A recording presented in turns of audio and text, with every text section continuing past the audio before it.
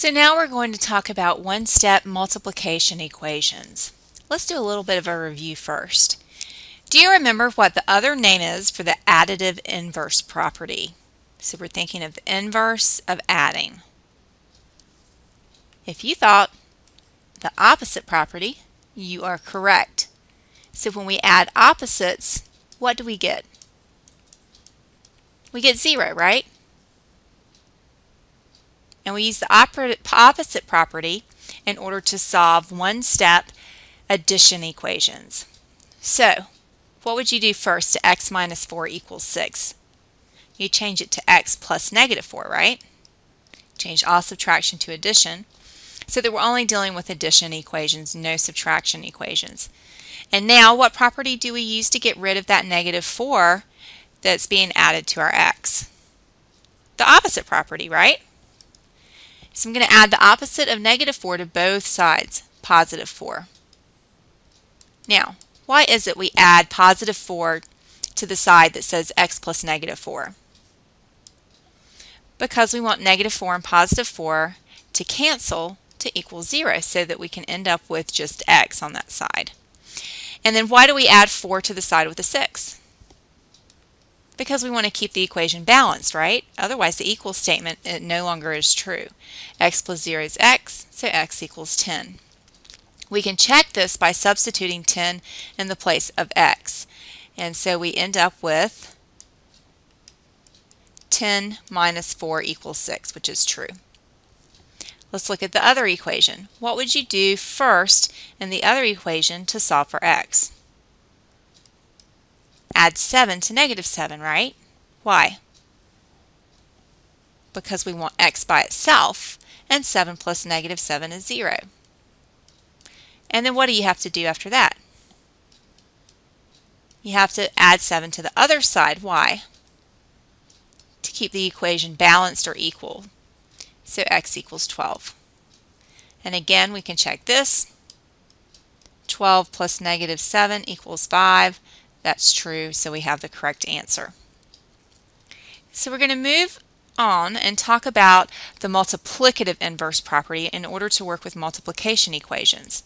So do you remember what the name is for the multiplicative inverse property? If you said the reciprocal property, you are correct. So another name for the inverse of multiplication is the reciprocal property. So let's review what I mean by reciprocal. If I have the number 3, what is the reciprocal of 3 and why? If you're thinking it's 1/3, you are correct. And why is it 1/3? Because they multiply to equal positive 1. Anytime you have two numbers that multiply to equal positive 1, those two numbers are considered reciprocals. And reciprocals are the same numbers flipped upside down. So whatever's in the numerator goes in the denominator, and whatever's in the denominator goes into the numerator. And they have to have the same sign, because when you multiply them to get 1, you have to multiply same signs to get a positive. So what is the reciprocal of negative 2/5, or the multiplicative inverse of negative 2/5? If you think it's negative 5/2, you are correct. When solving equations, we will always use the inverse property, the inverse properties to get x by itself.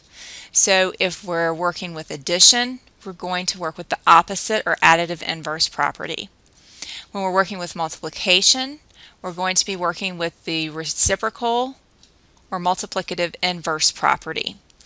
And we will not be working with subtraction because we'll change subtraction to addition. We also will start out changing division to multiplication. And we saw when x is being squared, the inverse is to take the square root, and when x is being square rooted, the inverse is to square it. So whatever inverse operation you perform to the side with the x, you must also do the same to the other side to keep the equation balanced or equal. Let's look at this next example, negative 2x equals 12. So in this equation, you ask yourself, what operation is happening to my x? The operation that's happening here is multiplication. So it's negative 2 times x equals 12. Therefore, we're going to use the reciprocal property to get x by itself. In other words, we want to end up with 1 times x equaling something, just like with the additive inverse or opposite property, we ended up with x plus 0 equaling something. So what property tells us that when you add 0 to x, you get x, and when you multiply 1 times x, you get x? Do you remember? The identity property, right? So basically, what you're trying to do is use the inverse property as your first step so that you end up with the identity property as your last step for each equation. So when you're adding, the inverse property is add the opposite or opposites, and you end up with x plus 0 as your identity property because it's addition. When you're multiplying, your inverse property is going to be reciprocal, multiplying by the reciprocal. And so you end up with the identity property for multiplication, which is 1 times x equals x. So let me walk you through what we'll be doing here. With negative 2x, our goal is to get 1 times x, so you ask yourself, what times negative 2 will equal 1? In other words, what is the reciprocal of negative 2? It's negative 1/2. I just wrote it a minute ago. So negative 2 over 1 and negative 1 over 2 are reciprocals.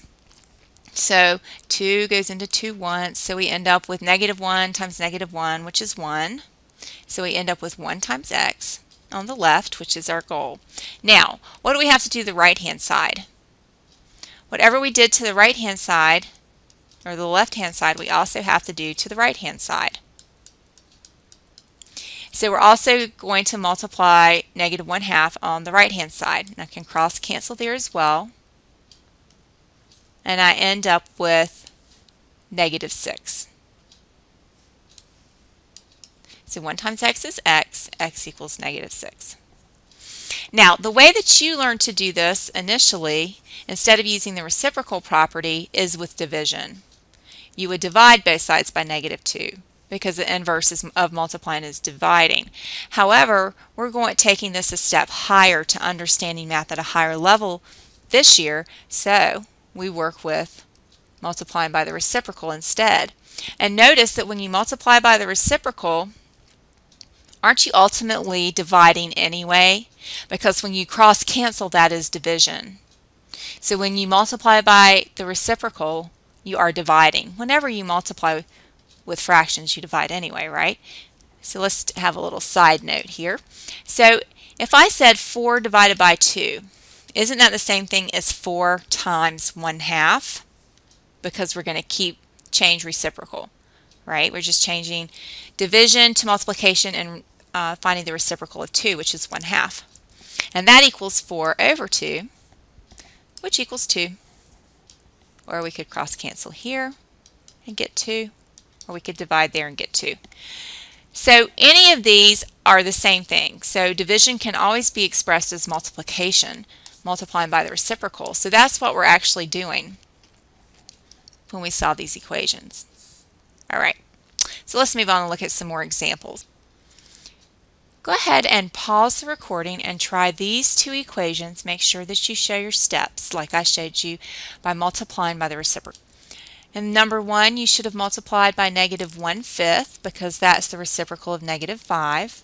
It's negative 5 flipped upside down with the same sign. That's the same thing as the reciprocal.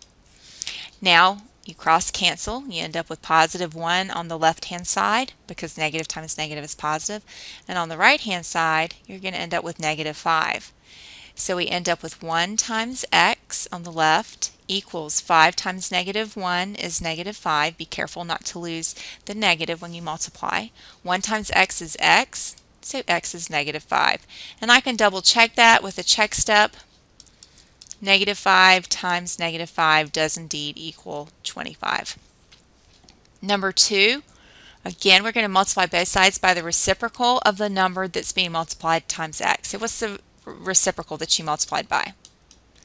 1/3, right? Because that's the reciprocal of 3, and they both have to have the same sign to give us a positive 1, so they're both positive. If we multiply the left side by 1/3, we have to multiply the right side by 1/3 to keep the equation balanced. I'm going to do some cross canceling. And I get 1 times 1 is 1 times x on the left. And then 3 times 1 is 3 on the right. 1 times x is x, so x equals 3. Now, just like with our addition equations, you do not have to show me the identity property step, but I like to go through it.